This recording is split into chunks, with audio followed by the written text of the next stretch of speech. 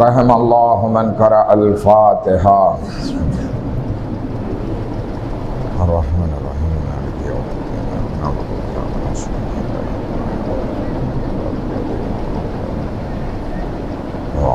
بسم الله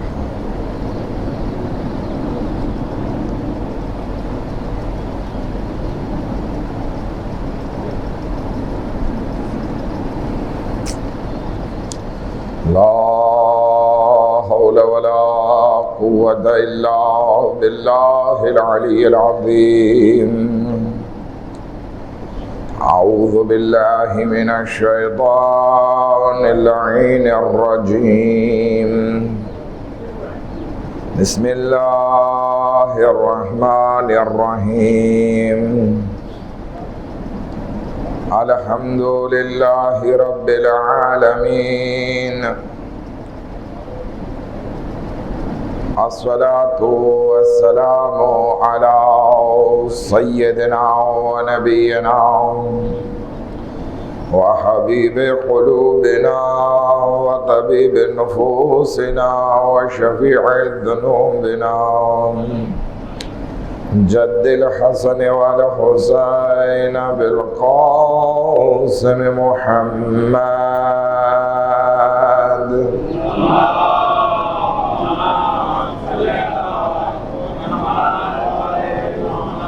وأهل بيته الطيبين الطاهرين المعصومين المظلومين ولعنة الله على أعدائهم أجمعين. أما بعد، قال الله تبارك وتعالى في كتابه الكريم وقوله الحق. بسم الله الرحمن الرحيم. يا أيها الذين آمنوا اتقوا الله وكونوا مع الصادقين.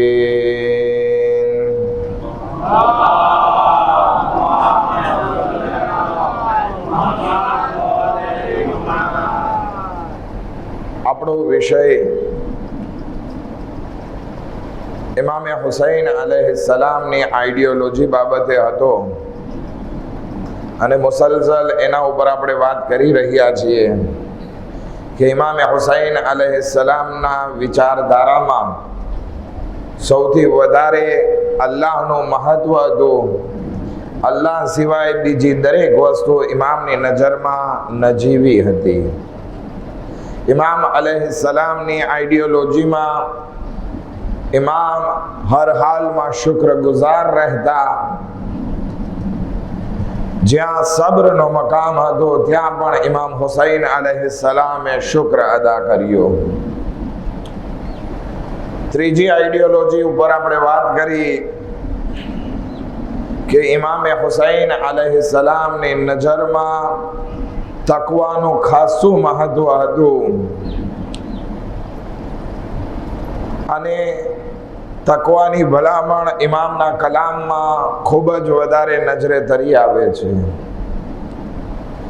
ઇમામ હુસૈન અલૈહિસ્સલામે આ દુનિયાની દરેક દૌલતને ઠોકર મારી અને સામે કૂફાવાસીઓને પણ ભલામણ કરી કે તમે ખાલી માલો દૌલત માટે દીનના દુશ્મન ના બનો. આ તકવા ઇમામે હુસૈન અલૈહિસ્સલામની આઈડિયોલોજી છે કે જે રસૂલ ખુદા અને મૌલાએ કાયનાત હઝરત અમીર અલ મોમિનીન અલી ઇબ્ન અબી તાલિબ અલૈહિસ્સલાતુ વસ્સલામની સીરત છે.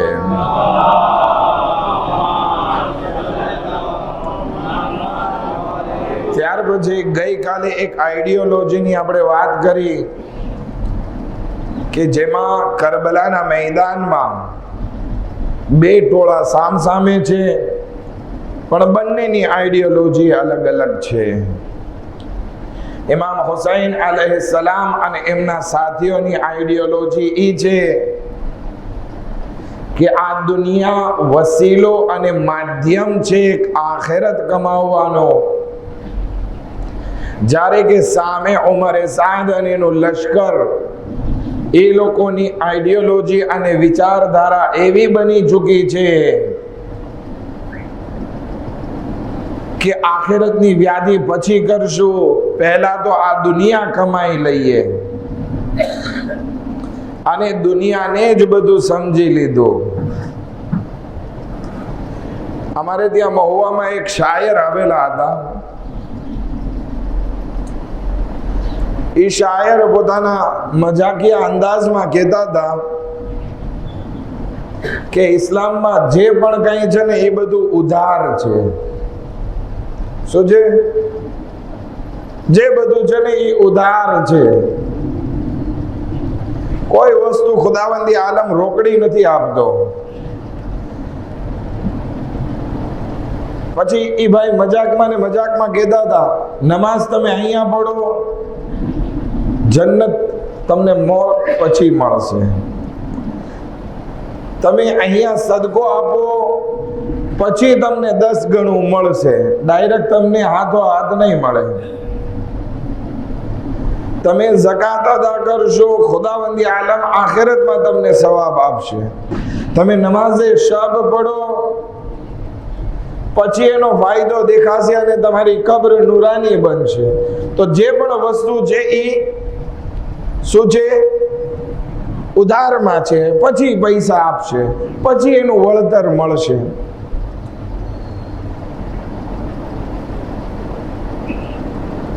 પરંતુ અગર કોઈ ખરીદાર સારો અને વિશ્વસનીય હોય,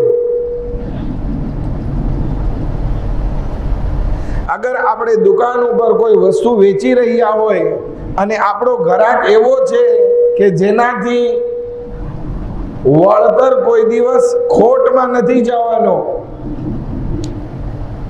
તો પછી એ ઉધારનો ધંધો પણ બહુ મીઠો છે. કારણ કે આપણને ખબર છે કે અહીંયાથી ક્યાંય આપણા પૈસા જવાના નથી. પરંતુ શૈતાન અને ઉમરે સાદ આ બંનેએ જે ભૂલ કરી, એ રોકડાની લાલચમાં ગયા અને ખુદાવંદી આલમના જે બધા વાયદા હતા એના સામે આંખમીચ કરી. શૈતાન જ્યારે ઇબાદત ગુજાર હતો, 6000 વર્ષની ઇબાદત કરી અને મલાઈકાઓનો સરદાર બની ગયો, ત્યારે આસમાનમાં ઉડી રહ્યો હતો. એક જગ્યા ઉપર રોકાય છે અને લૌહે મહફૂઝમાં એક જગ્યા ઉપર લખેલું હતું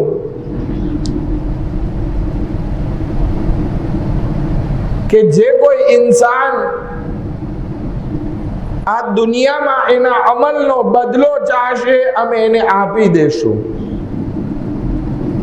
અને જે કોઈ ઇન્સાન આખિરતમાં એનો બદલો ચાહશે, તો આખિરતનો બદલો એના માટે વધારે અને વધારે સારો છે. શૈતાન ત્યાં ઊભો વિચાર કરે છે કે આખિરત તો ક્યારે આવશે કોને ખબર છે. આ જગતમાં જ આપણે લઈ લઈએ, આ મોત પહેલા આપણે આ બધી વસ્તુ લઈ લઈએ, એ રોકડી કહેવાય. તો ખુદા પાસે કહે છે કે ખુદાયા, મને રોકડું વધારે પસંદ છે તારા ઉધાર કરતા.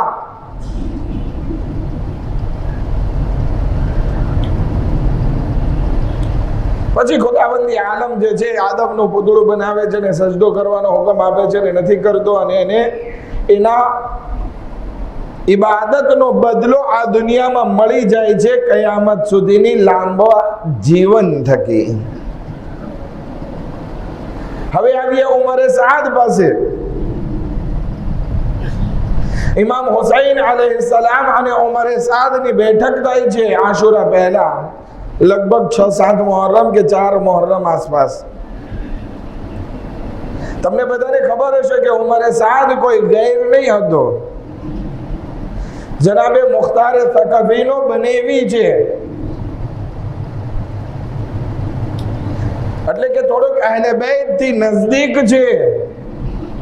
જનાબે મુસ્લિમ ઇબ્ને અકીલ જ્યારે વસિયત કરે છે ઇબ્ને ઝિયાદના દરબારમાં, તો ઉમરે સાદ ને વસિયત કરે છે. હવે જ્યારે બેઠક થાય છે ત્યારે ઇમામ હુસૈન અલૈહિસ્સલામ ઉમરે સાદ ને કહે છે, ઓ ઉમરે સાદ, તું મારા કત્લમાં શરીક ના થા. ભલે મને ખબર છે કે મને તો કત્લ કરી જ નાખવામાં આવશે, હું જ્યાં પણ જાઉં, પણ તું મારા કત્લમાં શરીક ના થા. 3 બહાના બનાવે છે કે અગર જો હું તમારા કત્લમાં શરીક નહીં થાઉં તો મારા પાસે જે કૂફામાં વાડીઓ છે, બગીચાઓ છે, એ બધું ઉમરે સાદ હડપ કરી લે, ઇબ્ન ઝિયાદ હડપ કરી લેશે. ઇમામ હુસૈન અલૈહિસ્સલામ ફરમાવે છે, મારા બાબા અલી મુર્તઝાના બાગ, વાડીઓ જે છે મદીનામાં છે, જે ખુદ મૌલાએ બનાવેલા છે, એ હું તને આપી દઈશ સામે. તો કે મૌલા, મારા બાલ બચ્ચાઓ એની હિફાજતની ગેરંટી ઇમામ હુસૈન કહે છે કે હું લઈશ. ત્રીજું બહાનું કાઢે છે કે મૌલા, મને રઈ શહેરની હુકુમતનો વાયદો કરવામાં આવ્યો છે. ઇમામ હુસૈન અલૈહિસ્સલામ જોવે છે કે આ ઉમરે સાદ દુનિયાની મોહમાયામાં એકદમ ફસાઈ ચૂક્યો છે. ઇમામ એને કહે છે કે તને મારા ઉપર, મારી વાત ઉપર યકીન છે કે નહીં? તો કે હા. તો કે યાદ રાખ, તને રઈ શહેરની હુકુમત તો શું, તને એનો એક ઘઉંનો દાણો પણ નસીબ નહીં થાય. ઉમરે સાદ હસે છે કે આટલું મોટું પરાક્રમ કરું અને મને એની જઝા ના મળે. જ્યારે કે દુનિયા મારી સામે રોકડી છે, હું દુનિયાને રોકડી લેવા ચાહું છું. પછીની વાત પછી. ઇમામ હુસૈન અલૈહિસ્સલામ એને કહે છે, તું બહુ રાહત તલબ થઈ ગયો છે, તને બસ દુનિયાની મોહ માયા અને ऐशो આરામ ખપે છે. યાદ રાખ, તને તારા બિસ્તરમાં જ કત્લ કરવામાં આવશે. તેમ છતાં મુસ્કુરાઈને જતો રહે છે. કહેવાનો મકસદ એ છે કે ખુદાવંદી આલમ જે આપણને આખિરતનો વાયદો કરે છે, એ વાયદો બહેતર છે આ દુનિયા કરતા. કારણ કે આ દુનિયા ટૂંકી મુદ્દતની છે. જેવી રીતે કે આ પહેલા બયાન કર્યું કે આપણને આ દુનિયા આખિરતના મુકાબિલમાં 1 કલાક જેટલી પણ નહીં લાગે, એના કરતા પણ ઓછી લાગશે. તો પછી નાનકડે એવા સુકૂન માટે થઈ શા માટે આખિરતને બરબાદ કરીએ? ઇમામ હુસૈન અલૈહિસ્સલામ અને એમના સાથીઓ, એમની આઈડિયોલોજી એ હતી કે આ દુનિયા આખિરત કમાવવાનું માધ્યમ છે, વસીલો છે. જ્યારે કે ઉમરે સાદ અને એના લશ્કરવાળાઓ કોશિશ કરી રહ્યા હતા કે આ દુનિયામાં જ બધું કમાઈ લે, ભલે એના માટે ઇમામ હુસૈન અલૈહિસ્સલામને કત્લ શું કામ ના કરવા પડે. જ્યારે કે આ ઉમરે સાદના લશ્કરવાળાઓ જ હતા જે કૂફાવાસીઓ હતા વધારે પડતા, અને ઇમામ હુસૈન અલૈહિસ્સલામ ને પત્ર લખીને બોલાવી રહ્યા હતા.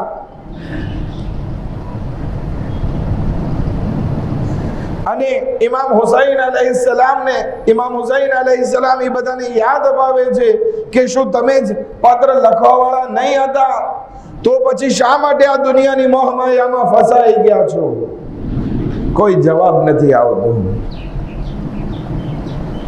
ત્યારે ઇમામ હુસૈન અલૈહિસ્સલાતુ વસ્સલામ બધા ઇન્સાનોની હકીકતને સામે રાખી દે છે.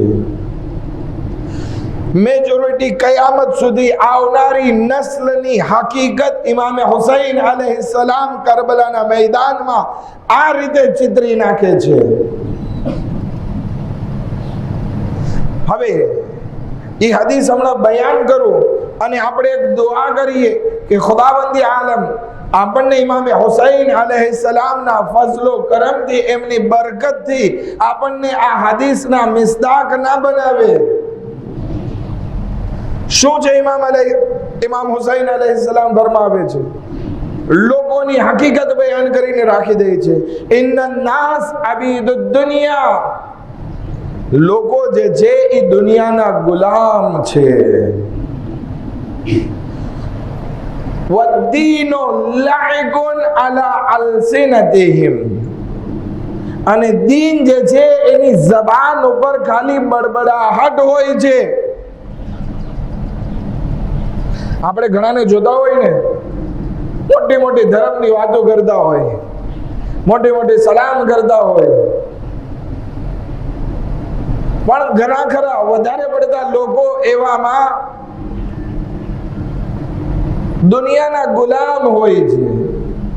હકીકતમાં દીન અને દીનની વાતો જે કરે છે એની જબાનથી કઈ આગળ નથી વધતી.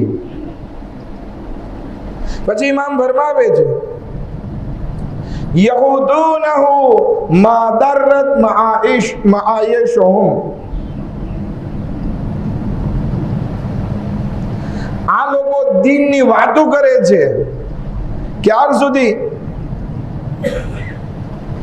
જ્યાર સુધી એની રોજી રોટી માઈશ જે છે, એની રોજી રોટી જે છે એ ચાલતી રહે ત્યાં સુધી દીનની આજુબાજુ ફરતા રહે, દીનની વાતો કરતા રહે. ફઈઝા મુહસુ બિલ બલા, અને જ્યારે કોઈ બલામાં મુબ્તલા થઈ જાય, કલ્લત દૈયાનૂન, તો પછી દીનદાર ઓછા થઈ જાય. એક ફેશન ચાલી હતી ઇમામે હુસૈન અલૈહિસ્સલામ ને પત્ર લખવાની. એક નહીં 12,000 પત્ર લખવામાં આવ્યા. બધા દીનદારો એમ કામ કરતા હતા કે ઇમામ હુસૈન ને બોલાવીએ, ઇમામ હુસૈન ને બોલાવીએ. પણ ત્યારે ઇબ્ને ઝિયાદ નહીં હતો, કોઈ જાતની બલા નહીં હતી. બધા કહેતા હતા અમે દીનદાર, અમે હુસૈનના ચાહવા વાળા, અમે અલીના મોહિબ, અમે અલીના શિયા, અમે રસૂલના પેરવી કરવા વાળા, અમે મુસલમાન. પરંતુ જેવો ઇબ્ને ઝિયાદ આવ્યો તો આ મોટાની બડબડાહટ જે છે એ ઝાંખી પડી ગઈ. રોજી રોટી ખતરામાં આવી એટલે દીન છોડીને ચાલ્યા ગયા. સિવાય અમુક લોકો જે મુસ્લિમ ઇબ્ને ઔસજા, હબીબ ઇબ્ને મઝાહિર, જેઓ પોતાને ઇમામ હુસૈન અલૈહિસ્સલામ સુધી પહોંચાડે છે. એક સલાવત પડે મોહમ્મદ વ આલે મોહમ્મદ પર.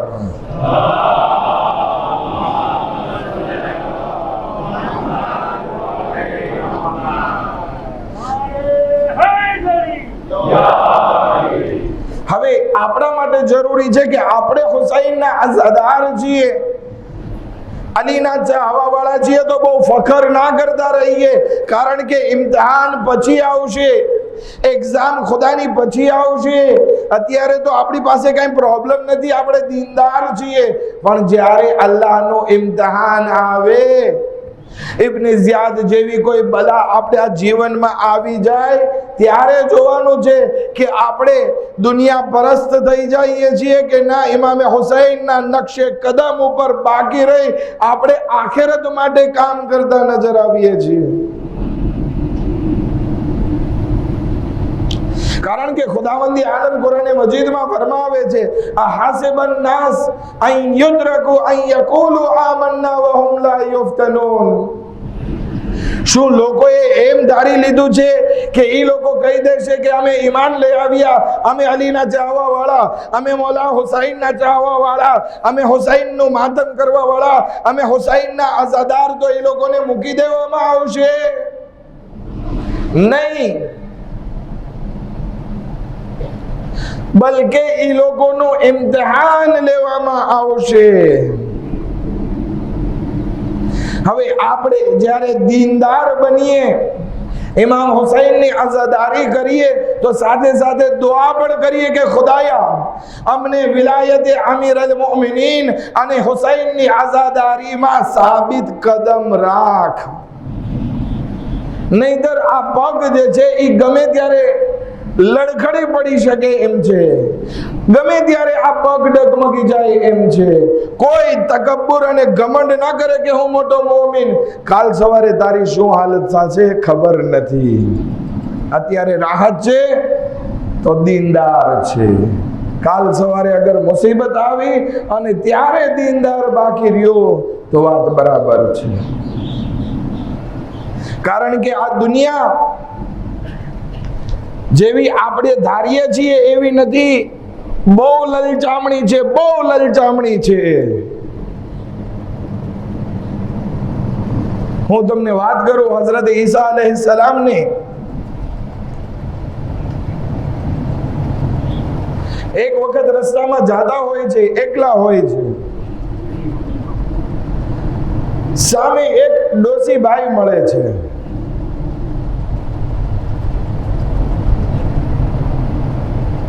એ ડોસી ભાઈ દુલ્હનની જેમ તૈયાર થયેલી હતી.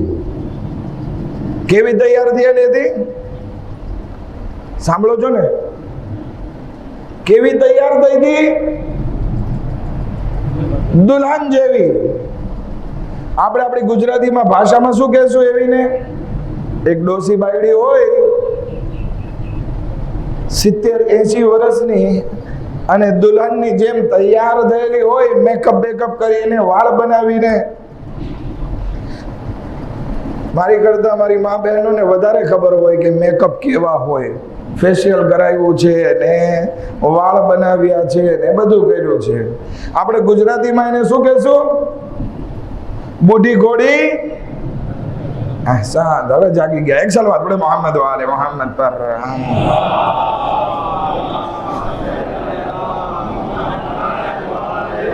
બુઢી ઘોડી ને લાલ લગામ. હવે જ્યારે આવી હાલત જોઈએ, હઝરત ઈસા સામે આવીને ઊભી રહી ગઈ. હઝરત ઈસા અલૈહિસ્સલામ કહે છે કે તું કોણ છે? કારણ કે મેં મારા સમાજમાં આવી કોઈ ડોસી બાયડીને નથી જોઈ કે જે દુલ્હનની જેમ તૈયાર થતી હોય. તું કોણ છે? તો કે યા નબી અલ્લાહ, તમે મને નથી ઓળખતા? હું દુનિયા છું. હું દુનિયા છું. તમારી સામે મેં મારી અસલિયતને પ્રગટ કરી છે. તો કે ક્યાં જાય છે? તો કે યા નબી ખુદા, હું શાદી કરવા જાઉં છું, હું મેરેજ કરવા જાઉં છું.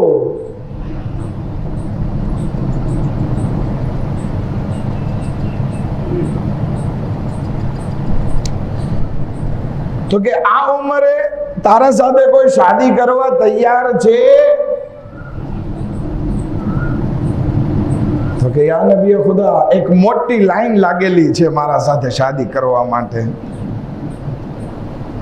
કેટલાય બધા માણસો તૈયાર છે મારા સાથે શાદી કરવા માટે, મને અપનાવવા માટે, કારણ કે હું દુનિયા છું. અઝીઝાને મોહતરમ, આજે ફેસબુક અને વોટ્સઅપનો જમાનો છે, ઇન્સ્ટાગ્રામનો જમાનો છે. ઘરમાં જવાનોનું બહુ ધ્યાન રાખવાનું છે. અગર જો આપણે એ લોકોને છૂટા મૂકી દીધા ને તો એ લોકો પણ આ દુનિયાની મોહબ્બતમાં ફસાઈ જશે, આ લલચામણી દુનિયામાં ફસાઈ જશે.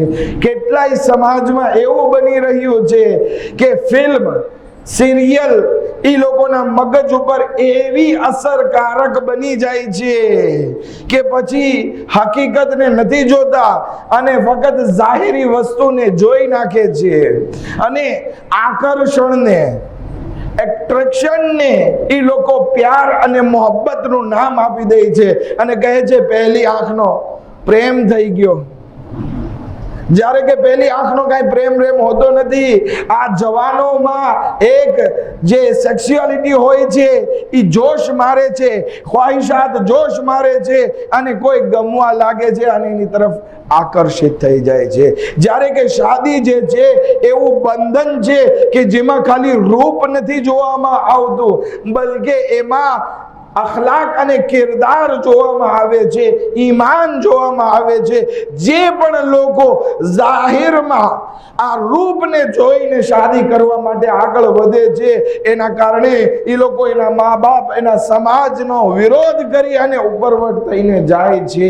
એ લોકોની દુનિયા તો ખરાબ થાય છે, સાથે સાથે આખિરત પણ ખરાબ થાય છે. એક સર્વેમાં આવ્યું કે જવાન દીકરા દીકરીઓ જે છે શાદી માટે જે છે શું કરે છે? તો કે દીકરીઓ જે છે એ એવા દીકરાઓને રિજેક્ટ કરે છે કે જેના માથામાં ટાલ હોય, વાળ ના હોય.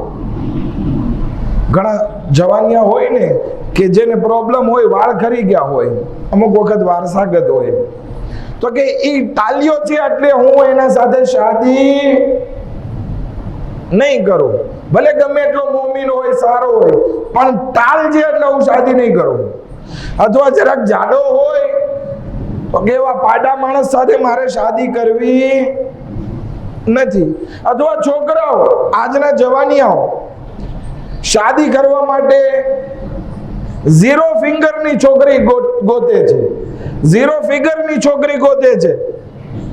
પાડી હોય તો મારે શાદી નથી કરવી.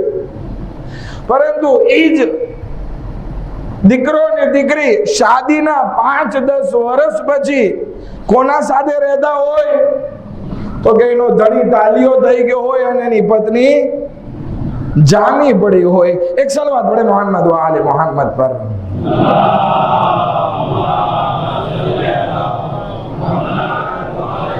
એટલે કહેવાનો મકસદ ઈ છે કે આ દુનિયા લલચામણી છે.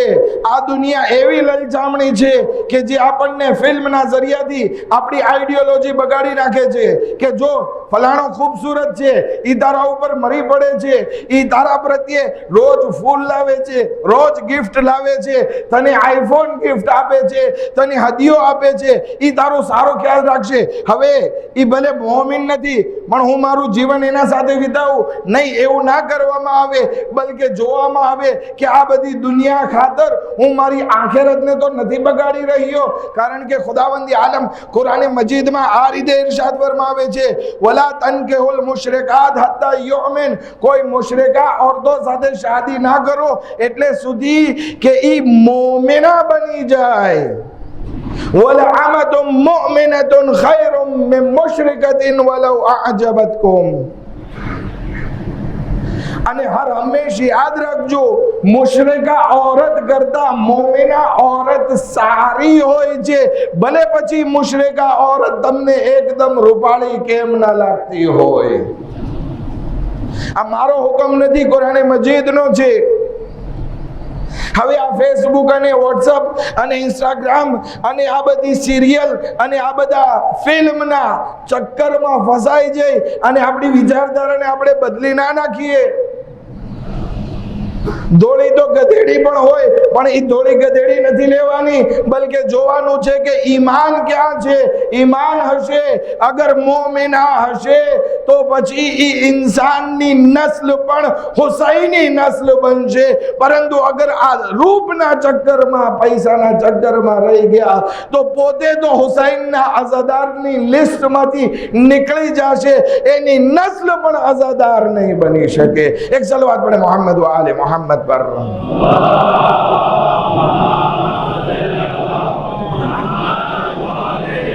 આ તો મર્દો માટે ખુદાવંદી આલમ આ આયતમાં औरतोने પણ કહે છે. મારી મા બહેનો સરખી રીતે આ વાતને વિચાર કરી લે, આ આયત ઉપર મનન કરે કે ખુદા શું કહેવા માંગે છે. મુખાતબ થાય છે, औरतोने કહે છે, વલ અબ્દુ મુમિનુન ખૈરુમ મિન મુશરિકિન વલૌ અઅજબકુમ. યાદ રાખી લ્યો, મોમિન માણસ જે છે એ બહેતર છે મુશરિક કરતા.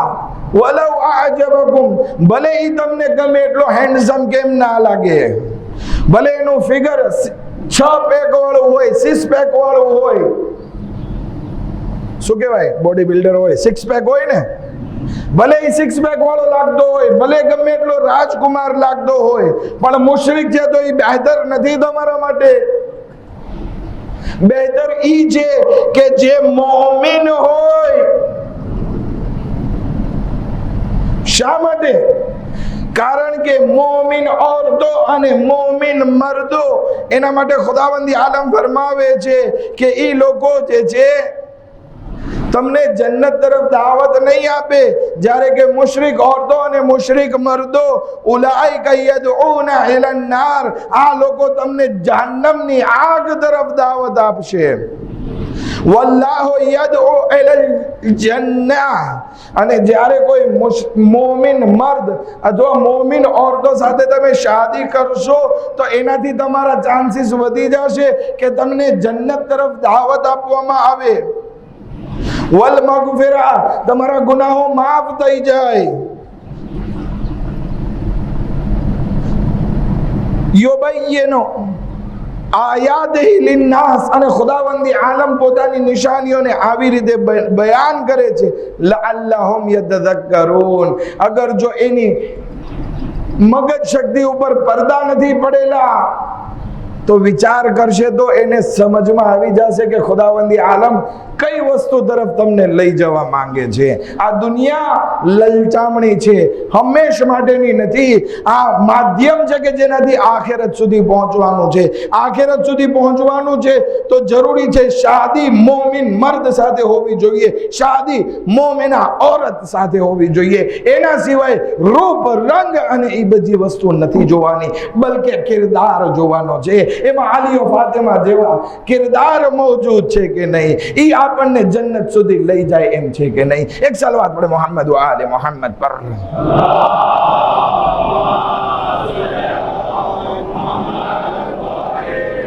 અલ કલામ યજુરુલ કલામ, આપણે વાત શરૂ કરી હતી હઝરત ઈસા અલૈહિસ્સલામ થી.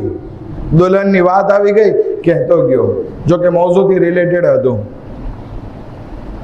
હઝરત ઈસા અલૈહિસ્સલામ મળે છે એક औरतને, બુઢી ઘોડી લાલ લગામ છે. કોણ છે? દુનિયા છું, ક્યાં જાય છે? શાદી કરવા જાઉં છું. આ ઉંમરે તારા સાથે કોઈ શાદી કરવા તૈયાર છે? યા નબી અલ્લાહ, બહુ મોટી લાઈન લાગી છે મારી સાથે શાદી કરવા વાળાની. વચમાં એક કાઉન્સમાં કહેતો જાઓ, યા નબી અલ્લાહ, હું औरत છું, મારા સાથે શાદી કરવા વખત મર્દો જ તૈયાર નથી, औरतो પણ તૈયાર છે. બધાને જોવે છે કે દુનિયાને ગળે લગાડે. હઝરત ઈસા અલૈહિસ્સલામ પૂછે છે, શું આ પહેલા કોઈ દિવસ શાદી કરી છે? યા નબી અલ્લાહ, કેટલી બધી શાદી કરીને આવી છું. એક બે નહીં, 100-200 નહીં, 1000-2000 નહીં, મિલિયન ના મિલિયન કરોડોની સંખ્યામાં હું શાદી કરીને આવી છું કે જેની ગણતરી મને પણ યાદ નથી. અચ્છા, પણ યા નબી ખુદા, મેં શાદી તો બધા સાથે કરી, પણ હજી હું કુંવારી છું. સાંભળો છો ને? કોઈ મને પામી નથી શક્યું. મારા સાથે શાદી કરવા માટે આવે છે પણ મને પામી નથી શકતા, હું હજી કુંવારી છું. તો કે તારા બધા શોહર ક્યાં ગયા? તો આ દુનિયા કહે છે કદ કતલતુહુમ, બેશક મેં એ બધાને મારી નાખ્યા. મારા સુધી પહોંચે, મને પામી લે એ પહેલા હું એને કતલ કરી નાખું છું. તો કે અચ્છા, તો કે તોય તે હજી બીજા માણસો તારા સાથે શાદી કરવા તૈયાર છે? તો કે યા નબી ખુદા, હાલત બહુ ખરાબ છે, એટલા બધા માંગા છે મારી પાસે, એટલી બધી સગાઈ કરવા માટે બધા તૈયાર છે. અગર હું બાપને મારી નાખું છું તો દીકરો તૈયાર થાય છે, દીકરાને મારું છું તો એનો બીજો બાપ તૈયાર થઈ જાય છે. કેટલાય બધા હજી શાદી કરવા માટે તૈયાર છે. તો કે બધાને તો મારી જ નાખે છે. કહે છે કે જે મારા સાથે શાદી કરવા માટે તૈયાર થાય છે હું બધાને કતલ કરી નાખું છું. નબી ખુદા ફરમાવે છે, અફસોસ છે એ બધા નવા મૂર્તિયા ઉપર કે જે હજી તારી સાથે શાદી કરવા માટે તૈયાર છે અને તારા જૂના શોહરોથી કાંઈ લેસન અને ઇબરત નથી મેળવતા. બહુ મશહૂર છે ને, ઇમામ અલી અલૈહિસ્સલામ પાસે પણ આ દુનિયા આવી હતી. અને કહે છે હું તમારી થવા માટે આવી છું. ઇમામ અલી અલૈહિસ્સલામ ફરમાવે છે મારા સિવાય બીજા કોઈને, બીજા બધાને બહેકાવજે, મને ના બહેકાવ. હું તને એક નહીં અત્યારથી 3 તલાક આપી રહી છું. એક સલવાત પડે મોહમ્મદ વ આલે મોહમ્મદ પર.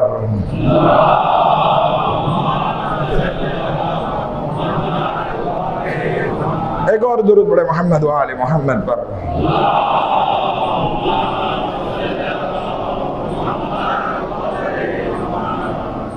आज दुनिया अगर दुनियाने हमेशनी समझी लीधी तो પછી આપણે એ દુનિયાના દલદલમાં ફસાઈ અને હુસૈનના દુશ્મન બની જાશું. પરંતુ હુસૈનની આઈડિયોલોજી આપણે લીધી તો આ દુનિયા માધ્યમ હશે.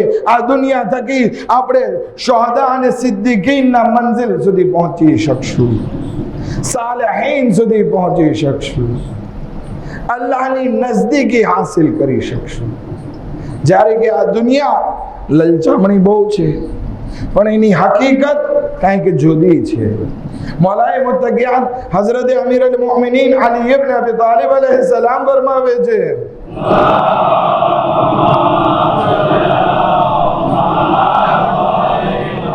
કે આ દુનિયાની સારામાં સારી વસ્તુ હોય ને એ પણ બહુ સારી નથી.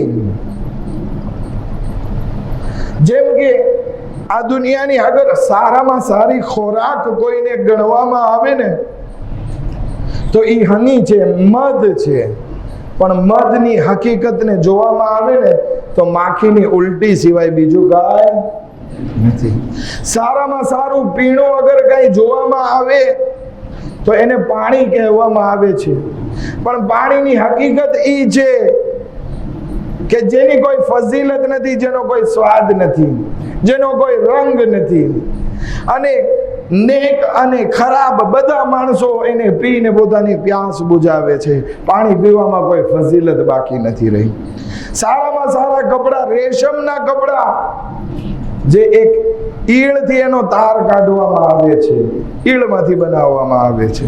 સારામાં સારી સવારી ઘોડાને ગણવામાં આવે છે.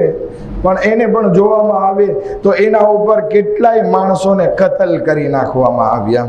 અને પછી ઇમામ ફરમાવે છે સારામાં સારી લજ્જત સોહબત છે કે જે બે શરમગાના મેળાપ સિવાય બીજું કાંઈ નથી. અને ઇમામ ફરમાવે છે સારામાં સારી ખુશ્બુ જે છે એ મિસ્ક છે, મુશ્ક છે. જે જાનવરોનું જામેલું લોહી અથવા તો મછલીની ઉલટી માંથી લેવામાં આવે છે, યા તો હરણના જામેલા લોહીમાંથી લેવામાં આવે છે, યા પછી એક જાતની મછલીની ઉલટી હોય છે જે દરિયા કિનારે ભેગી થાય છે, એમાંથી ખુશ્બુ મેળવવામાં આવે છે. તો દુનિયાની દરેક સારામાં સારી વસ્તુની હકીકત જોવામાં આવે ને તો કંઈ નથી. અને એના માટે આપણે આપણા ઈમાનને અગર વહેંચી નાખીએ, હુસૈનના નકશે કદમથી અગર દૂર થઈ જઈએ તો આપણા જેવો બદનસીબ કોઈ ના હોઈ શકે. તેમ છતાં આ દુનિયા કેટલાયને લલચાવીને ફસાવીને મારી નાખે છે, હલાક કરી નાખે છે, જહન્નમ વાસિલ કરી દે છે. તેમ છતાં હજી આપણે એનાથી ઇબરત નથી મેળવતા અને આપણે આ દુનિયાથી પરહેજ નથી કરતા. એનો મતલબ એ નથી કે આજથી હું સંન્યાસ લઈ લઉં. નહીં, જીવન જીવે પરંતુ દુનિયા માટે નહીં બલકે આખિરત માટે જીવે અને આ દુનિયાને વસીલો કરાર દે કે આ દુનિયા થકી હું આખિરત સુધી પહોંચી જાઉં. પરંતુ અગર જો આ દુનિયાની મોહમાયામાં ફસાઈ ગયા તો હાલત બહુ ખરાબ છે. બે દિવસની અયાશી અને રાહત માટે દઈ પોતાની આખિરતને ખરાબ ન કરીએ. હઝરત ઈસા અલૈહિસ્સલામની એક વાત કહી અને જહેમત તમામ. હઝરત ઈસા અલૈહિસ્સલામ પોતાના હવારીયોન સાથે, પોતાના સહાબીઓ સાથે એક જગ્યાએથી પસાર થતા હતા જ્યાં જોવે છે કે બસ મૈયત જ પડેલા છે. અમુક સડી ગયા હતા, અમુક સડવાની તૈયારીમાં હતા, અમુકમાં હાડકા દેખાતા હતા, કોઈ બાકી નહીં હતું. હઝરત ઈસા અલૈહિસ્સલામ પોતાના હવારીયોનને કહે છે હોઈ શકે આ કૌમ ઉપર અઝાબ આવેલો હોય અને બધા એક સાથે મરી ચૂક્યા હશે. અગર જો એક એક કરીને મરત તો એકબીજાને દફન કરી દે, પરંતુ આ અઝાબ આવેલો છે માટે કોઈને મોહલત નથી મળી કે એકબીજાને દફન પણ કરી શકે. તો સહાબીઓ જે હતા એ બધાને જાણવાની તમન્ના થઈ. ગઈ નબી ખુદા, અલ્લાહથી સવાલ કરો ને, પૂછો ને કે આ લોકોની હાલત શું થઈ. હઝરત ઈસા અલૈહિસ્સલામ અલ્લાહથી માંગણી કરે છે કે ખુદાએ બતાવો કે આ લોકો કેવી રીતે અઝાબમાં મુબ્તલા થયા. ખુદાવંદી આલમ વહી નાઝિલ કરે છે કે એ કૌમમાંથી એકને બોલાવો, કોમને બોલાવો, કોઈ આવીને જવાબ દેશે.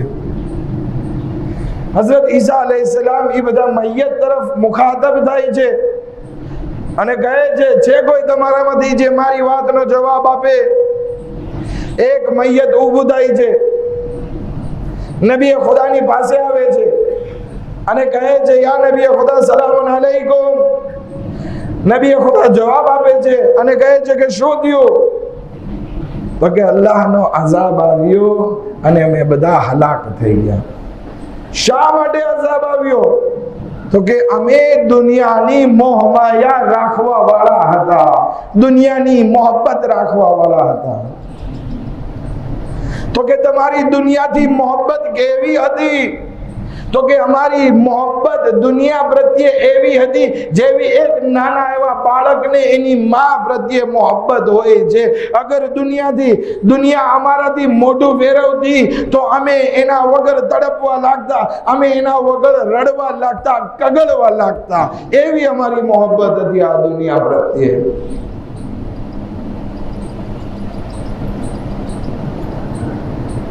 તો કે પછી આખિરત, તો કે આખિરતનું નામો નિશાન નહીં હતું અમારામાં. અમે ફક્ત દુનિયા જ કરતા. અમારે ઉઠવું, અમારું સૂવું, અમારું બોલવું, અમારું ચાલવું, અમારું જાગવું, અમારું જીવવું ને અમારું મરવું બધું દુનિયા ઉપર હતું. તો કે પછી થયું શું? તો કે એક સવાર પડી, અલ્લાહનો અઝાબ આવ્યો અને બધા અમે લોકો હાવિયામાં પહોંચી ગયા. તો કે આ હાવિયા શું છે? તો કે આ હાવિયાને સિજ્જીન પણ કહેવામાં આવે છે, કે જે જહન્નમની એક ખાઈ છે કે જેના ઉપર જહન્નમના પહાડોને પછાડવામાં આવે છે. નઉઝુ બિલ્લાહ, નસ્તજીરુ બિલ્લાહ. ખુદાવંદે આલમ અહીંયા બેઠેલા તમામ ઇમામ હુસૈન અલૈહિસ્સલામના આઝાદારોને આવા જહન્નમના અઝાબથી મહેફૂઝ રાખે. હઝરત ઈસા અલૈહિસ્સલામ પૂછે છે કે તું કેમ છો? કેમ બીજા કોઈએ જવાબ ન દીધો ને તે જ જવાબ દીધો? તો કે યા નબી ખુદા, હું ઈ લોકો જેવો નહીં હતો, પણ જીવન ઈ લોકો સાથે જીવતો હતો. તો જ્યારે અઝાબ આવ્યો તો હું પણ ઈ અઝાબમાં મુબ્તલા થઈ ગયો. તો કે તારી શું હાલત છે? તો કે હું ઈ પહાડ ઉપર લટકાયેલો છું. મારી ઉપર પહાડ, જહન્નમના પહાડ પછાડવામાં નથી આવતા અને હવે ખબર નથી કે મારી હાલત આગળ જતા શું થશે. કયામતના દિવસે મારો ફેસલો કરવામાં આવશે. હવે કહેવાનો મકસદ એ છે, અગર જો આપણે દુનિયા પરસ્ત છીએ તો હલાક થવાના છીએ, પરંતુ અગર કોઈ આપણા ફેમિલીમાં દુનિયા પરસ્ત થઈ ગયું હોય અને આપણને કઈ પડી ન હોય તો જ્યારે અલ્લાહનો ઝાહિરી અથવા બાતિની અઝાબ આવશે તો ઈ આપણને પણ ઘેરી લેશે. પછી નબી ખુદા એક દર્સ આપતા પોતાના હવારીઓને કહે છે કે જિંદગી ભર સૂકી રોટલી ખાવી, સૂકી રોટલી નિમક સાથે ખાઈ લેવી અને માટી ઉપર સૂઈ રહેવું બહેતર છે. અગર જો આ દુનિયા ના મળે અને આખિરતની ભલાઈ નસીબ થતી હોય.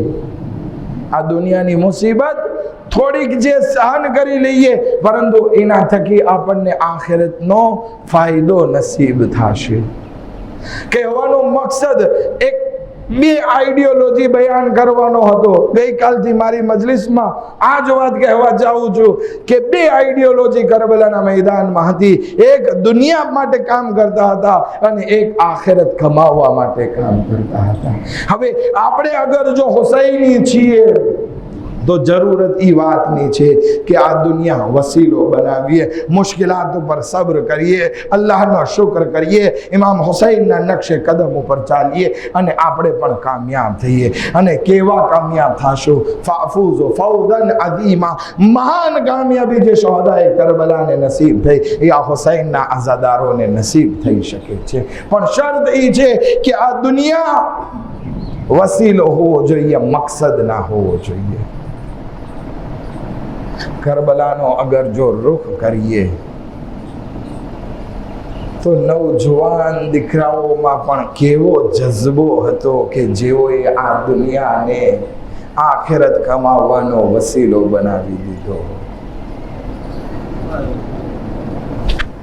સુબહ આશુર નમોદાર થાય છે અને ઇમામે હુસૈન અલૈહિસ્સલામ પાસે જનાબે ઝૈનબના બે દીકરાઓ અવારનવાર આવે છે. અબ્દુલ્લાહના દીકરાઓ અવારનવાર આવે છે કે મામા, આય મામા જાન, અમને પણ મરવાની રજા આપો. ઇમામ હુસૈન અલૈહિસ્સલામ જવાબ નથી દેતા. કેવી રીતે જવાબ આપે? બહેનની અમાનતો છે, અબ્દુલ્લાહની અમાનતો છે, હોય કેવી રીતે મક્તલમાં મોકલી શકો? આઝાદારો ખાસો સમય વીતી ચૂક્યો, બંને દીકરાઓ માયુસ થઈ ગયા, બેટા છે. જનાબે ઝૈનબ કહે છે, દીકરાઓ શા માટે તમે મક્તલમાં નથી જાતા? ત્યારે દીકરાઓ કહે છે, મામા અમને રજા નથી આપતા, ઇમામ અમને રજા નથી આપતા. જનાબે ઝૈનબ બંને દીકરાઓને લઈને ઇમામ પાસે આવે છે અને કહે છે, આય મારા મારા બંને દીકરાઓને પણ મેદાનમાં મોકલવાની રજા આપવામાં આવે. ઇમામ હુસૈન કહે છે, એ બહેન ઝૈનબ, આ અબ્દુલ્લાહની અમાનત છે, અમે અમારા દીકરાઓ કરતા પાડે એટલે વધારે સાચવતા હોઈએ છીએ. હું કેવી રીતે તમારી અમાનતને, અબ્દુલ્લાહની અમાનતને મેદાનમાં મોકલી આપું? જનાબે ઝૈનબ કહે છે, ભાઈ, જ્યારે હું મદીનાથી નીકળતી હતી, ખુદ અબ્દુલ્લાહે કહેલું છે કે જ્યારે હુસૈન ઉપર વખત આવે, એકને મારા તરફથી કુરબાન કરજે, એકને તારા તરફથી કુરબાન કરજે. આઝાદારો હઝરત અબ્બાસ અલૈહિસ્સલામને બોલાવવામાં આવે છે અને કહે છે, અબ્બાસ, આવો આપણે આ બંને દીકરાઓને તૈયાર કરીએ. બંને દીકરાઓને ઘોડા ઉપર સવાર કરવામાં આવે છે, ઝરા પહેરાવવામાં આવે છે, બખ્તર પહેરાવવામાં આવે છે, બંનેને તલવાર આપવામાં આવે છે. આ અલીની નસલના દીકરાઓ, જાફર તૈયારની નસલના દીકરાઓ મેદાનમાં ઉતરે છે. લડાઈ કરતા કરતા નહેરે ફુરાત સુધી પહોંચી જાય છે. ત્યાંથી કહે છે, આખા લડાઈમાં સૌથી મોટો દુશ્મન ઉમરે સાદ છે, એના ઉપર હુમલો કરીએ. લડાઈ કરતા કરતા ઉમરે સાદના લશ્કર સુધી પહોંચે છે. જ્યારે ખૈમાને ચીરીને અંદર દાખલ થવા જાય છે, ઉમરે સાદ ખૈમાના બીજા ભાગથી પાછળના દરવાજેથી ભાગીને નીકળી જાય છે અને પોતાના લશ્કરને નુસરત માટે બોલાવે છે અને કહે છે, આ બે નવજવાન બાળકોનો તમે મુકાબલો નથી કરી શકતા, આવો એક સાથે હુમલો કરો. આખી ફૌજ, 30,000ની ફૌજ આ બંને દીકરાઓ પર તૂટી પડે છે. બંને ભાઈઓને અલગ કરી ઘેરામાં લઈ ચારે તરફથી વાર કરવાનું શરૂ કરે છે. બંને ભાઈઓ જખમોથી ચૂર થઈ ઘોડાથી જમીન ઉપર આવે છે, આવાજ દે છે, આય મામા જા, અમારી મદદે આવો. હઝરત અબ્બાસ અને ઇમામે હુસૈન બંનેના સરાને પહોંચે છે. શું જોવે છે? બંને દીકરાઓ આ દુનિયાથી રૂખસત થઈ ચૂક્યા છે.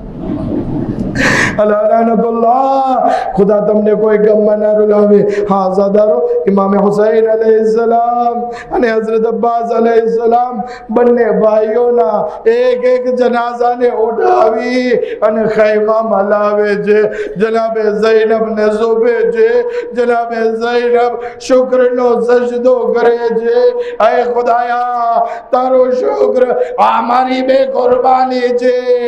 રબ્બના تقبل منا هذا دارو تاریخ لگے جے زاگرین آری تے بیان کرے جے کہ جناب زینب کربلا نا میدان ما پوتا نا آنو محمد اوپر گریا نہ کریو جارے قافلو کربلا تی کوفہ گیو جہاں پر جناب زینب نے رڑوانو ماتم کروانو موقع مڑیو حسین نے یاد کری نے رڑیا شام نا قید خانہ ما حسین اوپر ماتم کریو پرندو آنو محمد نے نہ رڑیا جارے رہائی مڑی مجلس برپا کری اونو محمد ناصر باجو مہدا زینب حسین پر ماتم کری رہی ہے آزادارو آلوٹائے لو کافلو شام دی کربلا پہنچیو حجی زینب جے حسین پر آنسو بہاوے جے کافلو کربلا دی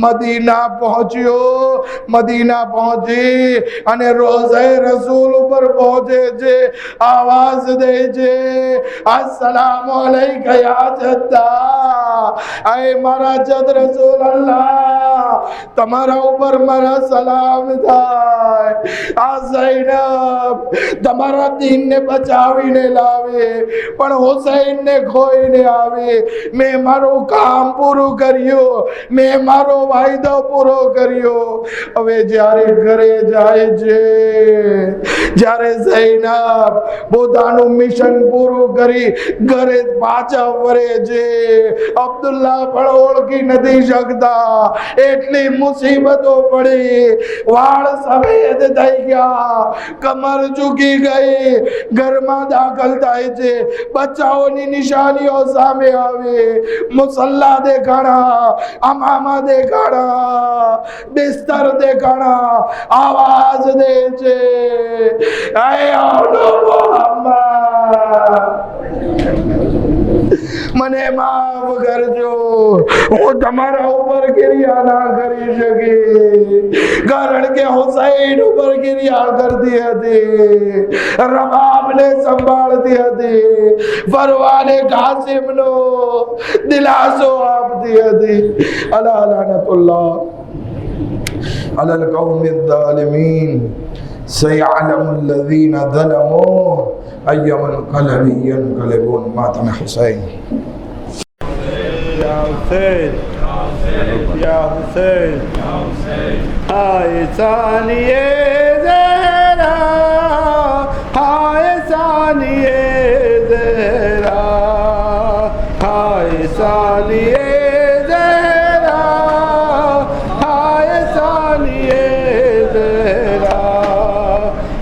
شبیہ حیدر تھی تو ہے ثانیہ زہرا تیرا نور تھا نور جاویدانی زہرا تو زبان پر تیری خوش بیانی زہرا تیری زندگانی تھی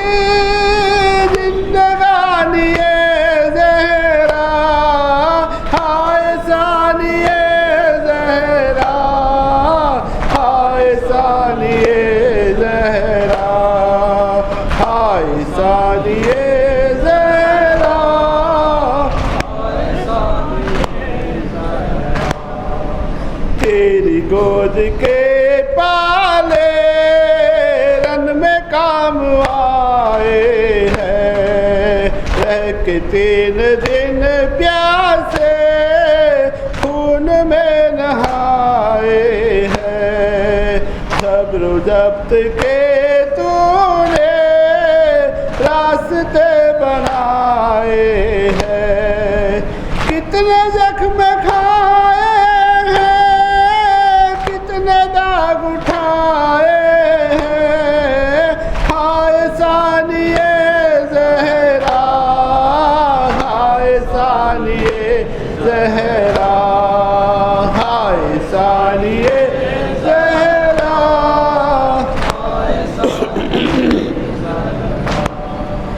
زیر تیغ بھائی کو خود بچشم تر دیکھا سر علی پہ جسم خاک پر دیکھا، دیکھنا نہ تھا لیکن دل کو تھام کر دیکھا، سب ہی دشمن جہاں تھے جب ادھر ادھر دیکھا، ہائے ثانیہ زہرا، ہائے ثانیہ زہرا، ہائے ثانیہ زہرا،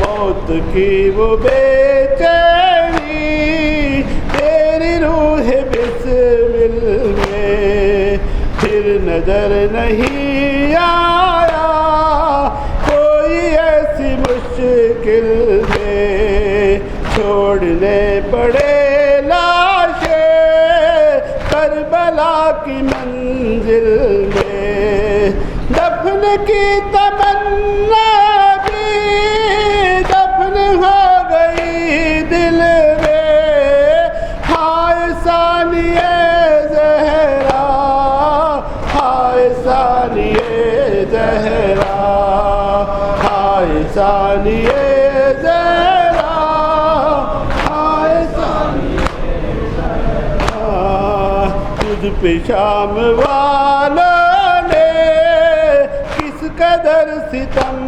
توڑے، ریس ماں کی وہ سختی اور ظلم کے کوڑے، تیرے دست بازو پر قید کے نشان چھوڑے، عمر بھر رہی ہے تو زندگی سے منہ موڑے، ہائے ثانیہ زہرا، ہائے ثانیہ زہرا، ہائے ثانیہ زہرا،